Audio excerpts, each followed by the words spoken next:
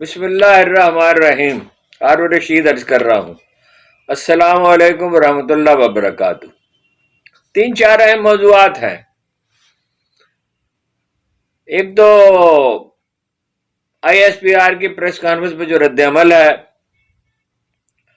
اور ایک عمران خان صاحب نے اخبار نویسوں سے جو گفتگو کی آج، اور جو ایک قدرے طویل بیان انہوں نے جاری کیا، اور ایک بشرا بی بی کو جیل میں بھیجنے کا فیصلہ ہو گیا، اور ایک وکیلوں کا جو پولیس کا جو تصادم ہوا ہے، اور اس کا پس منظر کیا ہے. سائفر کیس بھی اہم ہے، لیکن میرا خیال ہے اس پہ زیادہ گفتگو کی اب ضرورت نہیں رہی. یہ جو کیسز ہیں جس طرح بنائے گئے ہیں اور جو ان کی حقیقت ہے، قانون دانوں کی اکثریت یہ سمجھتی ہے کہ ان میں کوئی جان نہیں ہے اور یہ ختم ہو جائیں گے، بتدریج ختم ہو جائیں گے. البتہ یہ ہے کہ جیسے وہ عدت کیس کا معاملہ ہے، اس کو لٹکایا جا رہا ہے اور عدالتیں اس کو کوئی نوٹس نہیں لے رہی. ہمارا عدالتی نظام جو ہے اس کے بارے میں کچھ عرض کرنے کی ضرورت نہیں ہے، اور اس میں عمران خان نے بھی بات کی ہے، اور جو بات انہوں نے کی ہے اس میں وزن ہے. مطلب یہ آپ کہہ سکتے ہیں کہ اس میں شدت ہے، کوئی کہہ سکتا ہے اس میں مبالغہ ہے، لیکن اس میں وزن ہے. انصاف نام کی تو کوئی چیز اس ملک میں باقی نہیں ہے. ان کا یہ کہنا ہے کہ خدا کے واسطے فوج کو سیاست میں مت گھسیٹیں، اگر بات نہیں کرنی تو نہ کریں. میں نے تو بات چیت کا اس لیے کہا تھا کہ میرے خیال میں ملک کے مفاد میں تھا. 9 مئی کے واقعات کا مجھے تو تب پتا چلا جب یہ سپریم کورٹ میں لایا گیا معاملہ. 9 مئی کی میں مذمت کر چکا ہوں، یہ بات درست ہے. وہ کہہ چکے ہیں کہ جو لوگ اس کے ذمہ دار ہیں ان کو سزا دیں، اور جو لوگ واقعی اس کے ذمہ دار ہوں گے میں انہیں پارٹی سے نکال دوں گا. اس پر مجھ سے کہا گیا ہے کہ میں معافی مانگوں. میں کیوں معافی مانگوں؟ معافی مجھ سے مانگی جانی چاہیے. شہباز شریف جیلی وزیر اعظم ہیں اور لندن پلان کے تحت وہ بنے ہیں. 20 سے 24 کے دھرنے کے حوالے سے انہوں نے کہا کہ اس کی تحقیقات، اس میں غلط الزامات لگائے گئے ہیں، اس کی تحقیقات کی جو پیشکش کی گئی ہے میں قبول کرتا ہوں. مجھے کسی کمیٹی میں کسی کمیشن میں پیش ہونا پڑے تو میں اس کے لیے حاضر ہوں. 20 سے 14 کو اگست میں جو انہوں نے دھرنا دیا تھا اس کی بات ہے. مسلم لیگ کے لوگوں نے خاموشی سے ہمیں بتا دیا تھا کہ لندن پلان کیا ہے. اس پلان کے تحت چیف جسٹس نے اور چیف الیکشن کمشنر نے سہولت کار کا کردار ادا کیا. پھر انہوں نے زور دے کر جس بات پر سب سے زیادہ زور دیا گفتگو میں بھی اور اپنے بیان میں بھی، وہ یہ ہے کہ انوار الحق کاکڑ صاحب نے، نگران وزیر اعظم نے، سارا معاملہ واضح کر دیا ہے. اور اس کے بعد کیا حیثیت رہ گئی ہے یہ فارم 47 کے تحت جو نتائج جاری کیے ہیں جنرل الیکشن کی طرح، یعنی اس کے نتیجے میں، جنرل الیکشن کے نتیجے میں صدر کا جو الیکشن ہوا، سینٹ کے چیئرمین کا جو الیکشن ہوا، وزیر اعظم کا جو الیکشن ہوا، وہ بھی بے معنی، انہوں نے فراڈ کا لفظ استعمال کیا. اور اس پہ نہلے پہ دہلا پھینکا مولانا فضل الرحمان نے. انہوں نے کہا کہ جنرلوں نے مجھے سینٹ کے چیئرمین کے عہدے کی پیشکش کی تھی جو میں نے مسترد کر دی. اس کے بعد گیلانی صاحب کود پڑے میدان میں اور وہ ہو گئے. یعنی مراد ان کی یہ ہے کہ گیلانی صاحب بھی نامزد ہی کیے گئے. جو بیان انہوں نے جاری کیا ہے قدر طویل ہے، اس میں انہوں نے کہا ہے کہ پاکستان تحریک انصاف کی سب سے بڑی اور سب سے زیادہ مقبول جماعت ہے جس کی سیاسی جدوجہد تابناک ہے. اپنی 28 سالہ جدوجہد کے دوران پاکستان تحریک انصاف نے ایک پرامن جماعت کے طور پر ہمیشہ ملک میں آئین کی بالادستی، قانون کی حکمرانی اور ملک میں عدل و انصاف کے فروغ کو اپنی پہچان بنایا ہے. 9 مئی کو جب فالس فلیگ آپریشن وہ ہوتا ہے جس کا ارتکاب تو کوئی اور کرے، کوئی کام، کوئی واقعہ جس کا ارتکاب تو کوئی اور کرے اور دوسرے کے ذمہ لگا دیا جائے. 9 مئی کو جس فالس فلیگ آپریشن کے ذریعے پی ٹی آئی کو کچلنے کی کوشش کی گئی وہ پہلے سے طے شدہ تھا. 9 مئی کو کی حقیقت قوم کے سامنے پوری طرح واضح ہے۔ اگر کوئی سمجھتا ہے کہ طاقت کے اندھے استعمال اور ریاستی وسائل کے بل پر وہ حقیقت کو جھٹلا سکتا ہے تو یقیناً وہ غلط فہمی کا شکار ہے۔ میں ایک بار پھر دہراتا ہوں کہ 9 مئی کو کس کے حکم پر اسلام آباد ہائی کورٹ سے ایک نیم فوجی دستوں نے مجھے اغوا کیا؟ کس کے حکم پر اسلام آباد ہائی کورٹ سے سی سی ٹی وی فوٹیج چرائی گئی؟ کس کے حکم پر مقتولین کے اہل خانہ کو ڈرایا دھمکایا گیا کہ اپنے پیاروں کے خلاف قانونی چارہ جوئی سے وہ باز رہیں؟ کس کے حکم پر ان پر دباؤ ڈالا گیا؟ 9 مئی کے واقعات کو تاریخ کے آئینے میں دیکھتا ہوں تو مجھے 1971 کے واقعات سے واضح مماثلت دکھائی دیتی ہے۔ 24 مارچ 1971 کو اس وقت کے حکمران یحییٰ خان سیاسی مذاکرات کے لیے ڈھاکہ میں موجود تھے، مگر مذاکرات میں وہ سنجیدہ نہیں تھے۔ چنانچہ 24 گھنٹوں کے اندر یعنی 25 مارچ کو مشرقی پاکستان میں فل سکیل فوجی آپریشن شروع کر دیا گیا۔ اسی طرز پر 9 مئی کا فالس فلیگ آپریشن ہوا اور اس کے تحت مجھے ہائی کورٹ سے اغوا کیا گیا اور پھر پورے ملک میں ہزاروں کارکنوں کو گرفتار کر لیا گیا۔ یہ سب کچھ پہلے سے طے شدہ تھا۔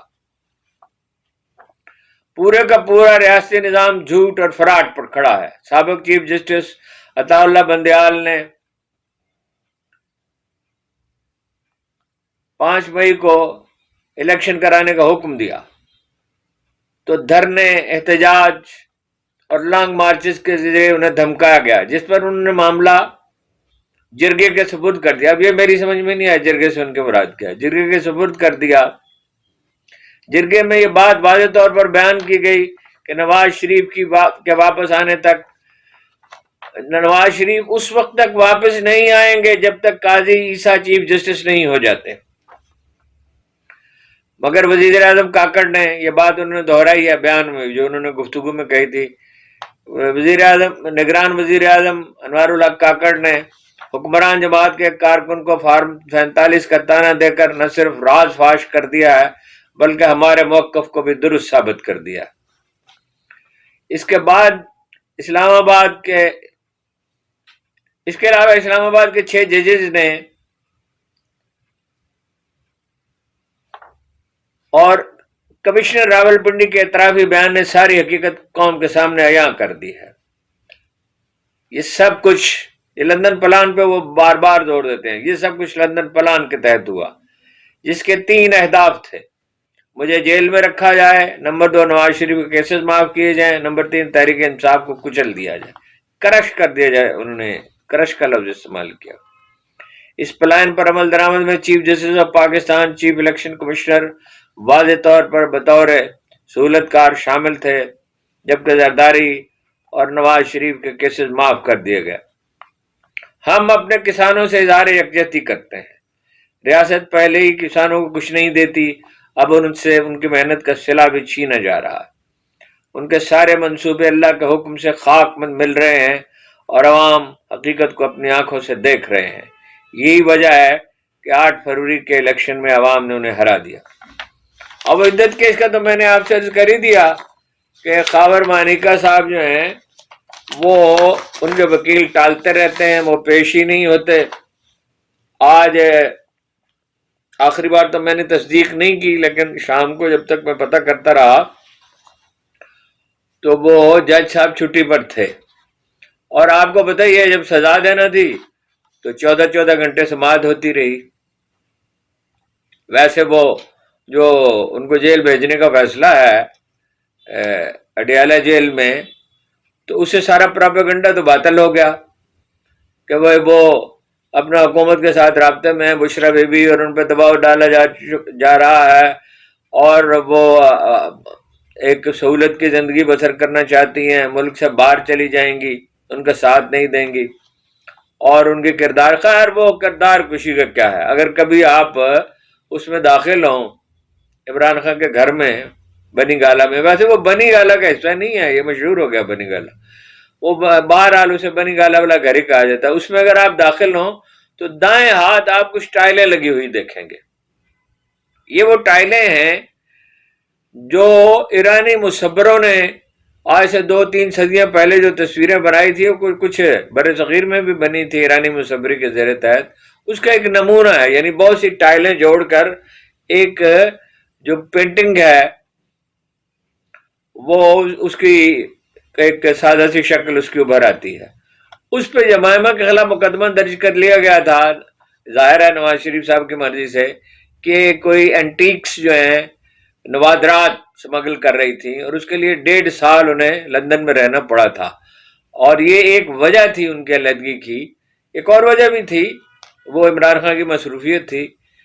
تو ظاہر ہے وہ بے نظیر کی تصویریں اٹھا کے لے گئے تھے اپنا حسین حقانی صاحب منصورہ پہ، اور وہ تصویریں سب جانتے ہیں کہ جعلی تھیں۔ اس پہ قاضی صاحب نے انہیں ڈانٹا تھا کہ یہ آپ نے کیا کیا، یہ آپ کیا حرکت کر رہے ہیں، یہ اٹھائیں اور یہاں سے لے جائیں۔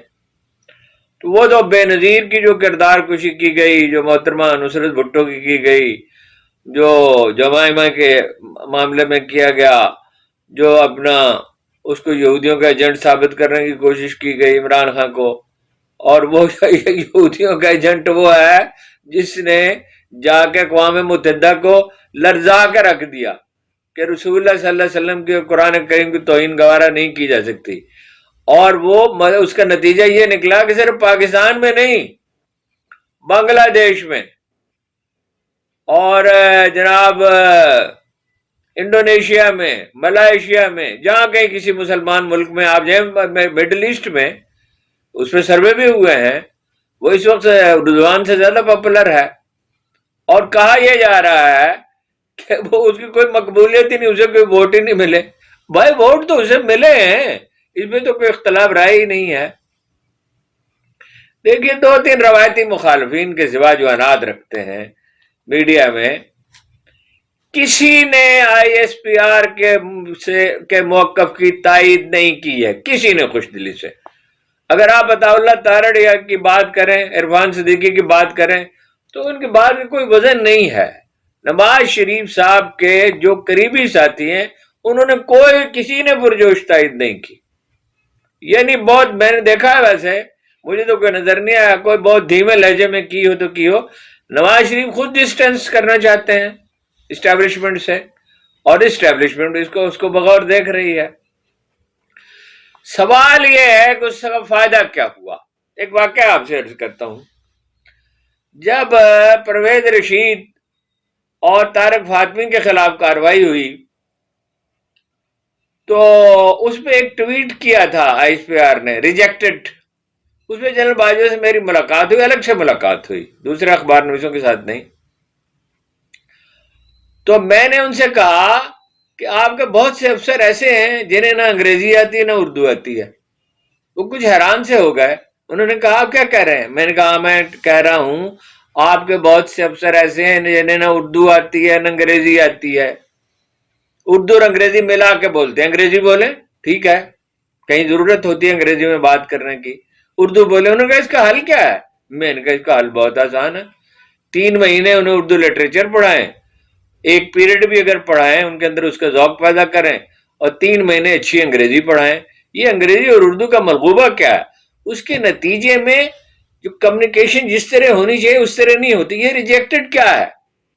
آپ ایک بہتر میسج دے سکتے تھے، یعنی آپ یہ کہہ سکتے تھے کہ اس موقف سے اتفاق کرنا مشکل ہے، بلکہ یہ بھی سخت الفاظ ہوتے۔ جب آپ نے عملی طور پر کسی موقف کو مسترد کر دیا تو اس کے لیے اس طرح کا ایک حقارت آمیز لہجہ اختیار کرنے کی کیا ضرورت ہے؟ یہی آئی ایس پی آر کی پریس کانفرنس میں ہوا ہے۔ دیکھیے بات یہ ہے کہ ایک موقف ہے، آپ اسے پیش کرنا چاہتے ہیں، آپ اسے سلیقے سے بھی پیش کر سکتے ہیں، اس کے لیے یہ ضروری تو نہیں ہے کہ آپ بنیادی حقائق ہی کو نظر انداز کر دیں، اور اس کی کوئی تائید کرنے والا نہیں ہے انٹرنیشنل میڈیا میں، نیشنل میڈیا میں، 2-4 آدمیوں کے سوا، اور وہ 2-4 آدمی ایسے ہیں جو اپنا وزن کھو چکے ہیں۔ اگر آپ ان کے پروگرام دیکھیں سوشل میڈیا میں، جہاں جو سارے لوگ تو ظاہر سیریس لوگ نہیں ہیں، جو سیریس لوگ اس پہ جو ری ایکشن دیتے ہیں تو آپ کو اندازہ ہوگا پاپولیرٹی ان کی ختم ہو گئی، ان کی بات کوئی سنتا نہیں ہے۔ یعنی بات تو سنی اس کی جاتی ہے جو عمران خان کی یا تو حمایت کرتا ہے یا غیر جانبدار ہے۔ غیر جانبدار لوگوں کی بات سنی جاتی ہے. سرل المیڈا اس کی ایک مثال ہے. وہ ٹویٹ کرتے ہیں تو اتنے بہت سے لوگ دیکھتے ہیں کہ حیرت ہوتی ہے. خود عمران خان کے حامی تو نہیں ہے، لیکن جو لوگ آنکھیں بند کر کے نفرت کے ساتھ اس کی مخالفت، عمران خان کی مخالفت کوئی جرم نہیں ہے، اس میں تنقید کرنا کوئی جرم نہیں ہے. اب یہ پارٹی کو جس طرح چلایا جا رہا ہے اس کی تائید تو نہیں کی جا سکتی. بزدار کو وزیر اعلیٰ بنانے کی تائید تو نہیں کی جا سکتی، اور بہت سے فیصلوں کی تائید تو نہیں کی جا سکتی. لیکن بھلے یہ کیا ہے کہ ایک معاملے میں وہ برحق ہے پوری طرح، یعنی اس میں بھی کوئی شبہ ہے کہ وہ الیکشن جیتا ہے. 2022 کے الیکشن سے کیا چیز جو ہے وہ چھپی ہوئی ہے؟ جب پولنگ میں مداخلت نہیں کی گئی تھی تو 3/4 سیٹیں اس نے جیت لی تھی، اور اس کی حکومت تو نہیں تھی جب اس نے سیٹیں جیتی تھی. آپ عمران خان کے موقف کو مسترد کر دیں، پارٹی کا موقف ہے، مگر لیاقت بلوچ کیا کہتے ہیں؟ فیصل مسجد کے مینار پہ چڑھ کے بھی اگر کوئی پریس کانفرنس کرے تو اس کی بات نہیں مانی جائے گی. مشاہد حسین کہتے ہیں کہ مودی سے آپ مذاکرات کر سکتے ہیں، افغانستان سے پاکستان میں پاکستانی عوام پہ حملہ کرنے والوں سے آپ مذاکرات کر سکتے ہیں، تو عمران خان سے کیوں نہیں بات کر سکتے؟ صرف مشاہد حسین نہیں، صرف وہی نہیں، لیاقت بلوچ نہیں، مہتاب عباسی کیا کہتے ہیں، شاہد خاقان عباسی کیا کہتے ہیں، مفتاح اسماعیل کیا کہتے ہیں، اور سابق گورنر نون لیگ کے، ابھی تک تو پارٹی کا حصہ ہے، انہیں نکالا تو نہیں کیا، وہ کیا کہتے ہیں؟ تو ایک ایسا موقف جو قبول ہی نہیں کیا جائے گا، وہ اس پہ اتنا زور دینے کی کیا بات ہے؟ اور تلخی اتنی بڑھ گئی ہے، اور یہی اصل مسئلہ ہے. وہ بھائی ملک بحران ایک نہیں کئی طرح کے، پاکستان ایک 12 سنگا بن چکا ہے جس کے سارے سنگ جھاڑیوں میں پھنسے ہوئے ہیں.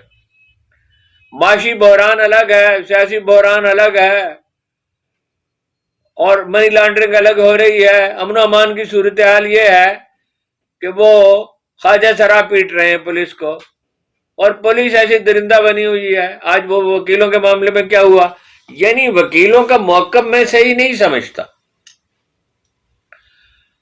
وہاں پہ لوئر کورٹس میں، ڈسٹرکٹ کورٹس میں ٹریفک جام رہتی ہے، اور سڑک کے بڑے حصے پہ وکلا نے قبضہ کر لیا ہے اور وہاں اپنی گاڑیاں پارک کرتے ہیں. ظاہر ہے وکلا کی تحریک کے بعد پہلے بھی وکیل کس کی سنتے تھے، انہوں نے اپنی طاقت دریافت کر لی ہے. اب اگر وہاں سے کوئی دفتر ماڈل ٹاؤن شفٹ کرنے کا حکم دیا چیف جسٹس نے، تو کیا غلط کیا اس میں؟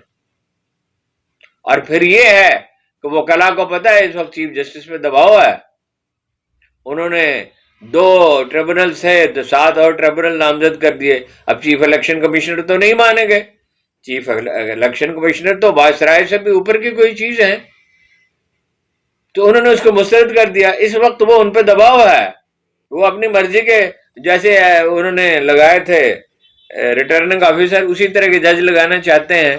کچھ نہ کچھ جج تو ایسے موجود ہی ہیں. تو ظاہر ہے، لیکن پولیس نے جو کچھ کیا اس کی کیا ضرورت تھی؟ اور جواب میں وکلا نے کیا کیا؟ ایک تھانے دار زخمی ہے اور 14 دوسرے آدمی زخمی ہیں. وکلا تو بھائی چڑھ دوڑتے ہیں، ہاسپٹل پہ چڑھ دوڑتے ہیں، اور اس کے لیے وکیل گردی کی اصطلاح جو ہے وہ استعمال کی گئی. شائستگی سے کیوں نہیں کر سکتے؟ یہی پی ٹی آئی کے اندر کے معاملات ہیں. شیر افضل صاحب جو ہیں، انہوں نے ایک ایسی ان سے گزارش بھی کی گئی، اور ایک نے نہیں کی، بہت سے لوگوں نے گزارش کی، آپ کا بڑا کنٹریبیوشن ہے، آپ بہادر آدمی ہیں، آپ نے اس وقت بیداری کی لہر اٹھا دی پختونخوا میں اور کچھ پنجاب میں بھی اور کراچی میں بھی، جس وقت کوئی دوسرا باہر نکلنے کے لیے تیار نہیں تھا. یہ اعتراض ان کا درست ہے عمر ایوب پہ اور کوئی دوسرے لوگوں پہ کہ یہ میدان میں کیوں نہیں نکلتے. اب سب لوگ میدان میں نکلنے والے نہیں ہوتے. اب میں تاریخ سے اس کی مثالیں دوں گا، بڑے بڑے جید لوگ میدان جنگ کے لوگ نہیں تھے، تو بات لمبی ہو جائے گی. مثال کے طور پہ جناب بلال کا مرتبہ کیا ہے، سیدنا بلال کا مرتبہ کیا ہے، کوئی بتانے کی ضرورت نہیں ہے. یعنی قریش کے سردار جو ہیں وہ بیٹھے رہے اور انہیں بلا لیا، حضرت عمر نے ملاقات کر لیے، اور جب انہوں نے اعتراض کیا تو انہوں نے کہا، انہوں نے اسلام میں سبقت کی تھی، زیادہ بات تو نہیں کی، مگر یہ کہ رسول اللہ صلی اللہ علیہ وسلم کو عزیز سے سب جانتے، جناب ابو بکر کو بھی عزیز سے، جناب عمر فاروق اعظم کو، سبھی کو عزیز سے، مذہب ان کی، وہ اقبال نے کہا کہ رومی فنا ہوا حبشی کو دوام ہے، یعنی سکندر اعظم جو ہے اس کی اسے ایسی تکریم نہیں ملی جو جناب بلال کو ملی ہے۔ اب جناب بلال کہتے تھے کہ حضرت علی نے جناب علی نے بڑی کوشش کی مگر مجھے شمشیر زنی پوری طرح نہیں سکھا سکے، جہاد میں شریک ہوئے، اور مطلب یہ، لیکن ہر کل فن رجال، ہر آدمی کا ایک کام ہوتا ہے۔ اب یہ شیر افضل مروت صاحب جو ہے ان کا ایک کام ہے، وہ کام ان سے لیا جانا چاہیے۔ مجھے حیرت ہے کہ عمران خان صاحب نے ان سے ملاقات نہیں کی، لیکن پنجوتا صاحب کا کہنا ہے 3 مہینے مجھ سے بھی نہیں کی تھی۔ اب وہ پنجوتا صاحب سے کیوں نہیں کی تھی یہ نہیں کہہ سکتے، وہ کہتے ہیں جو کیا ہے وہ بھگتنا پکڑتا ہے۔ پارٹی کی تنظیم ہونی چاہیے، ایک جدید جمہوری منظم پارٹی کے بغیر تو ملک میں جمہوریت نہیں آتی، یہ جو خلا پیدا ہوتا ہے اس کی وجہ سے ہو جاتی ہے۔ جناب والا حکم صادر ہوا ہے کہ واسا اور لاہور کارپوریشن کو اور سکولوں کو 9 مئی کو یوم سیاہ بنایا جائے گا، اور اسکول کا پرنسپل یا ہیڈ ماسٹر جو بھی کہہ لیں وہ اس کا ذمہ دار ہوگا، وہ رپورٹیں بھیجے گا، تصویریں بھیجے گا۔ اس میں بہت ناخوشگوار واقعات ہو سکتے ہیں، یعنی بچوں میں تو اس کی مقبولیت اتنی ہے جتنی اوورسیز پاکستانیز میں ہے، اور جبرن اگر عربی لیں گے ویسے نہیں کر سکتے، آسانی سے نہیں ہوں گے، تو عمران خان کے حق میں نعرے لگ سکتے ہیں، کچھ بھی ہو سکتا ہے۔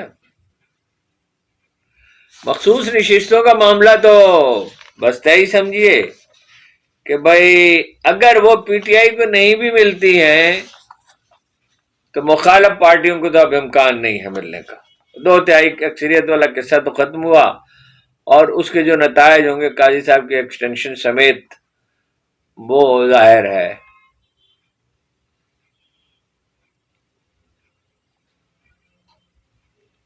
ڈاکٹر یاسمین راشد نے کہا کہ آدھا دن گزر جاتا ہے چھپکلیوں سے اور بلیوں سے کو بگانے میں، اور آدھا دن کتابیں پڑھنے میں گزر جاتا ہے۔ تو بشرا بی بی نے اپنی جو وفاداری ہے وہ ثابت کر دیا ہے، لیکن بہرحال افسوسناک معاملہ یہ ہے کہ ہیجان بڑھ رہا ہے۔ منیر نیازی نے کہا تھا جس قبیلے کے سارے لوگ بہادر ہوں وہ تباہ ہو جاتا ہے، کچھ تحمل، کچھ صبر، کچھ اعتدال، کشیدگی کا خاتمہ کیے بغیر معاملات آگے نہیں بڑھ سکتے۔ ہر قوم کو ایک کم از کم اتفاق رائے درکار ہوتا ہے۔ آپ کا بہت بہت شکریہ۔